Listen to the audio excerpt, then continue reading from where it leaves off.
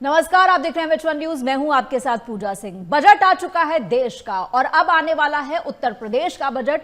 और budget session की शुरुआत उत्तर प्रदेश में हो रही है 9 फरवरी से। 11 फरवरी को उत्तर प्रदेश का बजट पेश किया जाएगा। लेकिन उससे पहले आपको बता दें कि मुख्यमंत्री योगी आदित्यनाथ ने प्रधानमंत्री नरेंद्र मोदी का आभार जताया इस पूरे बजट को लेकर और यह भी कहा कि यह विजनरी बजट है। अब थोड़ा सा हम एनालिसिस करते हैं कि किस तरीके से यह बजट विजनरी है और क्या कुछ योगी जी ने कहा है, मुख्यमंत्री योगी आदित्यनाथ ने इस बजट को लेकर कहा है। और इस पर चर्चा करने के लिए हमारे साथ जुड़ रहे हैं राजनीतिक विश्लेषक सुमित पीर जी। सुमित जी, आपका बहुत बहुत स्वागत है। जय सिया राम, राधे राधे। जी, आपसे जानना चाहेंगे कि योगी जी ने कहा है कि जो प्रधानमंत्री नरेंद्र मोदी के नेतृत्व में बजट पेश किया गया है एक विजनरी बजट है। और जाहिर सी बात, अगर हम एमएसएमई से लेकर के और तमाम चीजों की बात करें, डिफेंस बजट की बात करें, सब कुछ जो है इस बजट के अंदर है। लेकिन अगर हम सीएम योगी के नजरिए से देखें तो आप उसे कैसा पाते हैं?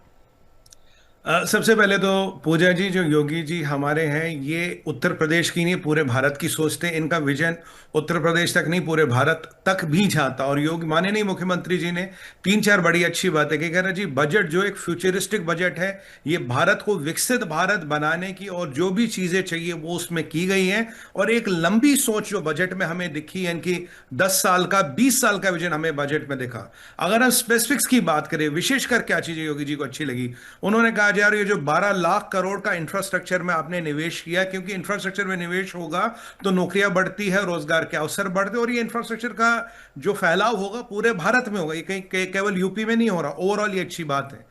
उन्होंने कहा भाई जैसे आपने बोला कि हम महिलाओं के लिए, बच्चियों के लिए हम हर डिस्ट्रिक्ट में हॉस्टल बना रहे, इससे हमारा जो गर्ल चाइल्ड है, जो हमारी बच्चियां, उन्हें आगे बढ़ने का मौका मिलेगा, हायर एजुकेशन पाने का मौका मिलेगा। कहीं ना कहीं पहले एक समस्या होती थी जिसके कारण वो नहीं कर पाती थी। स्टेम यानी कि साइंस, टेक्नोलॉजी और मैथमेटिक्स का जो एक समावेश, जो अब स्टेम इंस्टीट्यूट्स को स्थापित करने की कोशिश कर रहे हैं, उस पर योगी जी को बड़ा अच्छा उनकी तारीफ लगी है।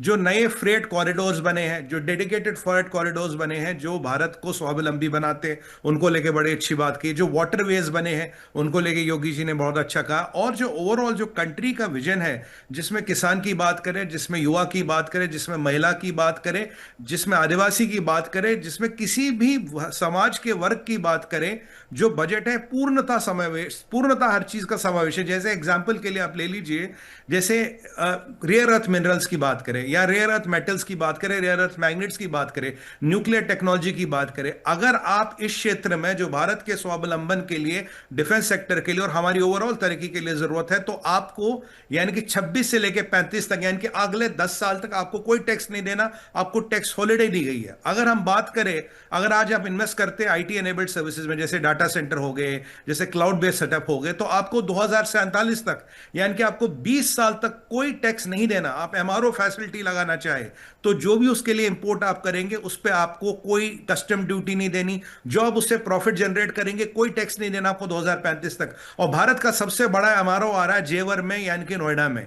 तो अगर आप ये चीजें देखें तो योगी जी ने जो हमें तथ्य और तर्क दिए हैं वो पूरे भारत के लेवल पे, और जो जो चीजें खासकर यूपी में और यूपी के इंफ्रास्ट्रक्चर को बेहतर बनाती है, उनका भी एक विशेष आलेख मिलता है।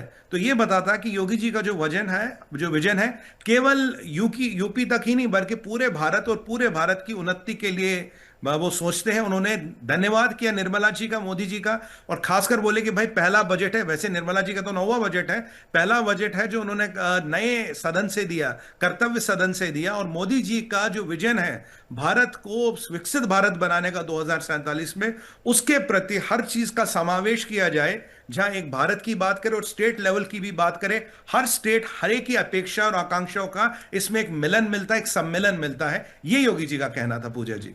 जी, एक और चीज उन्होंने कही है सीएम योगी आदित्यनाथ ने कि जो ये पूरा बजट है, इस बजट का उद्देश्य है एक भारत श्रेष्ठ भारत। और ये प्रधानमंत्री मोदी जी का मॉडल है जो कि संतों से प्रेरित है, संत रविदास जी की समरस सोच का प्रतीक है। इसके बारे में आप क्या कहेंगे?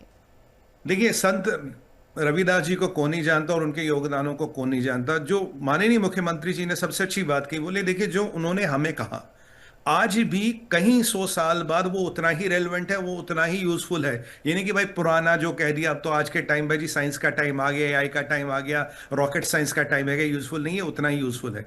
आज वो वाराणसी गए थे, संत रविदास जी के पुतले का अनावरण किया, और सबसे बड़ी बात तो ये कि 5 किलोमीटर दूर से वो पुतला दिखाई देता, जो उनके श्री चरणों में एक प्रणाम मान लीजिए आप। उन्होंने जो काम हमारी सभ्यता और संस्कृति के लिए उसके लिए उनका धन्यवाद।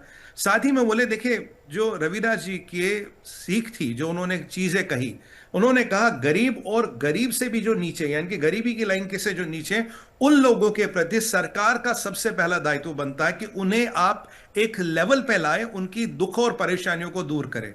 माननीय मुख्यमंत्री जी ने कहा, आज से पहले कई सारे लीडर आए, कई सालों ने बात सुनी, पर सुनी अनदेखी कर ली। मोदी जी ने जब जब से 2014 में आए हैं, उन्होंने इस बात को गांठ बांध लिया और तभी से वो इस मिशन में लग गए। और आज उसका कारण है, देखिए पूजा जी, हमारे यहाँ 25 करोड़, यानी कि हमारी लगभग लगभग एक चौथाई 1/5 आबादी को गरीबी की रेखा से नीचे उठा के एक बिल्कुल एक लोअर मिडिल क्लास के लेवल में लाया गया है। और उन्होंने कहा यही विजन, जो गरीब और अति पिछड़े की डेवलपमेंट का विजन है, इस पे मोदी जी ने कांस्टेंट काम किया। मोदी जी ने इस पे कई सारी नीतियां बनाई, जो किसी एक राज्य या पूरे किसी एक जात या संप्रदाय के लिए नहीं थी, पूरे भारत के लिए थी। यूपी में भी उसका फायदा हुआ। अब जैसे वो बोले, देखो जी आज ये हम अवसर मना रहे, 2 लाख लोग हमारे इस अवसर में सम्मिलित होने आए। क्यों हुए भाई? आजकल यूपी में इंफ्रास्ट्रक्चर है, 4 लेन हाईवेज है, हमने बड़े बड़े किचन लगाए, लोगों का खूब आदर सत्कार किया, और कहीं ना कहीं ये कर्म योग की भावना से प्रेरित है। योगी जी तो आप जानते हैं महान थे, बोले संत रविदास जी ने कर्म योग पे बड़ा स्ट्रेस किया था। अगर आपके कर्म अच्छे तो उसका फल भी अच्छा मिलेगा, और अगर आपके कर्म बुरे हैं तो उसका फल भी बुरा मिलेगा। तो कहीं ना कहीं जो मोदी जी ने और जो योगी जी ने अच्छे कर्म किए, देश और समाज के भले के लिए अनगिनत स्कीमें, अनगिनत फायदे धरातल पे उतारे, उसके फलस्वरूप आज भी उनके व्यक्तिगत जीवन में, उनके राजनीतिक जीवन में, या उनके राजनीतिक जो एक मिशन है उसमें कभी ना कभी संतों की और महापुरुषों का उन्हें आशीर्वाद मिलता है, प्रभु का सानिध्य मिलता है। और आज भी यानी कि धर्म और कर्म पे चलना उतना ही जरूरी है और इतना ही इंपॉर्टेंट है और उतना ही रिजल्ट देता है जो कहीं 100 साल पहले देता था। ये एक जो आज के युग में हमारी सनातनिक धरोहर को पिरोने का कोशिश की गई है, पिरोने का एक सफल प्रयास किया गया है और उसको धरातल पे उतारा गया है, ये योगी जी ने याद दिलाया। और भाई अपने गुरु तो वो मोदी जी को ही मानते, कहीं ना कहीं मोदी जी का सानिध्य है और योगी जी का काम है जो आपको धरातल पे दिखता है। कहीं ना कहीं डबल इंजन का चमत्कार है जो हमें दिख ही जाता कहीं ना कहीं। जी जी। ये भी जानना चाहेंगे आपसे कि जिस तरीके से उत्तर प्रदेश की हम बात कर रहे हैं, उत्तर प्रदेश जो है कई मायनों में बेंचमार्क बन रहा है, और हाल ही में अगर बात करें तो जापान का डेलीगेशन आया था और उनसे भी कई चीज़ों पर जो है समझौते हुए हैं। उनमें से ग्रीन एनर्जी है, ग्रीन हाइड्रोजन है, स्वच्छ ऊर्जा है। इसको कैसे देखते हैं कि उत्तर प्रदेश में पावर को लेकर, क्लीन पावर, क्लीन एनर्जी को लेकर के काम चल रहा है, ये कितना दूरदर्शी है? देखिए पूजा जी, यहां तो उत्तर प्रदेश एक राष्ट्रीय बेंचमार्क बन गया है। जो मोदी जी का विजन था, जो पेरिस क्लाइमेट में वो कमिट करके आए। देखिए ट्रम्प तो भाग गया पेरिस क्लाइमेट मीट से, उसके सारे जो उन्होंने साइन किए थे, और अमेरिका भाग चुका है। भारत ने कहा 2070 तक हम जीरो एमिशन के रिकॉर्ड पे आएंगे। जीरो एमिशन यानी कि हम प्रदूषण, यानी कि हम वातावरण को प्रदूषित नहीं करेंगे, हम डेवलपमेंट करेंगे, हम ग्रोथ करेंगे, पर प्रदूषण नहीं बढ़ाएंगे, प्रदूषित चीजों को नहीं करेंगे। तभी कहीं ना कहीं मोदी जी के विजन पे सारा काम शुरू हो गया। सोलर पावर अलायंस बनी, सूर्यपुत्र अलायंस बनी, हमने फोटो इलेक्ट्रिक सेल्स को भारत में बनाना शुरू किया। और आज मोदी जी का एक सपना था कि हर घर में के ऊपर एक सोलर पैनल लगे और घर को फ्री में बिजली मिले, और जो बिजली आपकी बचे वो नेशनल ग्रिड में चली जाए। अगर आप इस परियोजना की बात करते तो यहां योगी जी ने एक बहुत जबरदस्त काम किया है। अभी यूपी में करीब करीब जो हम देख रहे हैं 1200 मेगावाट पावर केवल सोलर पैनलों से उत्पादित हो रहा है। दिन में 50 लाख 55 लाख से अधिक यूनिट पावर ये हमें सिस्टम दे रहा है। अभी 3.5 लाख घरों के ऊपर सोलर पैनल लग चुके हैं, और मजे की बात यह है कि उस पे करीब करीब जो घरों का बिल 15,000 से 3,000 के बीच आता था, 90 से 95% कम हो गया, लगभग बिजली फ्री हो गई। अब सरकार ने, यानी कि मोदी जी की सरकार ने जो इस पे पैसा लगाया 2400 करोड़, जो स्टेट गवर्नमेंट ने पैसा लगाया 600 करोड़ से अधिक की मात्रा में, 600 करोड़ से अधिक धन इसमें लगाया गया। और आज की परिस्थिति यह है कि उत्तर प्रदेश में केवल इस एक सफल प्रयोग के कारण 12 लाख से 15 लाख टन कार्बन एटमॉस्फेयर में नहीं गया, केवल एक छोटे से प्रयोग के कारण 12 लाख से 15 लाख टन कार्बन एटमॉस्फेयर में नहीं गया। और इनकी उम्र है 25 साल। इनकी देखिए, ये जो सोलर पैनल अपने किसी ने घर पे लगाए 25 साल तक चलेंगे।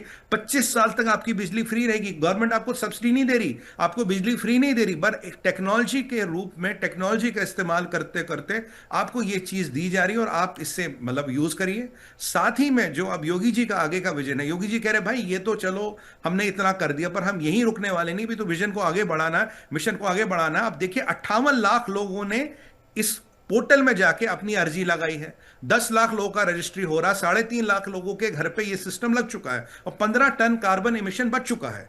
और अभी ये कार्यक्रम आगे चलने वाला। अब योगी जी कहते हैं भाई यहां बात नहीं बनेगी, आईईआई यानी कि इंटीग्रेटेड एनर्जी इंटरफेस, इसका मतलब है एक ऐसा सिस्टम मुझे बना के दो। देखिए योगी जी बड़े टेक्नोलॉजी सेवी है और लोगों को लगता होगा महान थे, इन्हें टेक्नोलॉजी नहीं आती। टेक्नोलॉजी और मैथमेटिक्स दोनों में एक नंबर के निपुण है योगी जी, बड़ा टेक्नोलॉजी सेवी, उन्हें सीएम कहा जाता है।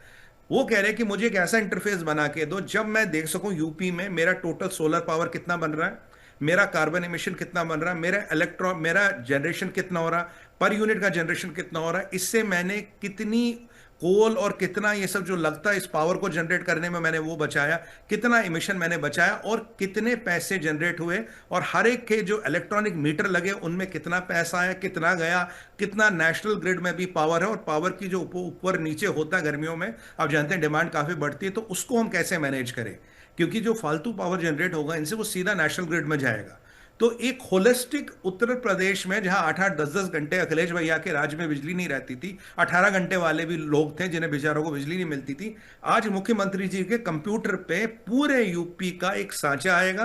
Conventional power, green power, solar power, कितना यूनिट, कहां पावर कट, कहां आया, कहां गया, कितना कट हुआ, यानी योगी जी जब अपना कंप्यूटर खोलेंगे तो पूरे यूपी का नक्शा उनके सामने होगा। यह है टेक्नोलॉजी का यूज, यानी कि डेवलपमेंट तो आप कर रहे हो, उन्नति कर रहे हो, तरक्की कर रहे हो, बट साथ में सस्टेनेबल डेवलपमेंट, वो जो मोदी जी का विजन है, जो कमिटमेंट है 2070 तक हमें अपना कार्बन एमिशन जीरो करना है, उस पे उत्तर प्रदेश एक बेंचमार्क बन के उभरा है, एक बेंचमार्क स्टेट बन के उभरा है। और ये मिशन अभी योगी जी का आगे चलने वाला है। मात्र 3.5 लाख घरों में इतना रिजल्ट है। आप सोचिए जब 10 लाख या 58 लाख घरों में ये सिस्टम आ जाएगा, कितनी बड़ी बचत होगी और कितना बड़ा कार्बन एमिशन जो आसमान में जाता उससे हमने बचा लिया। तो ये एक योगी जी के विजन की बात होती है कि मोदी जी के विजन के आगे आईईआई, ये योगी जी का एक इंटरनल विजन है, ये उनका विजन है। कैसे इस चीज को आगे बनाया जाए, कैसे इस चीज को और भी एफिशिएंट और भी एक बेंचमार्क बनाया जाए एनर्जी मैनेजमेंट में। जी जी, चलिए अब उत्तर प्रदेश के बाद हम बात करते हैं उत्तराखंड की, कि उत्तराखंड में क्या कुछ हो रहा है। बजट की अगर बात करते हैं, बजट में जिस तरीके से हम लगातार बात कर रहे हैं कि ख्याल रखा गया है कि हर वर्ग का जो है वो फायदा हो,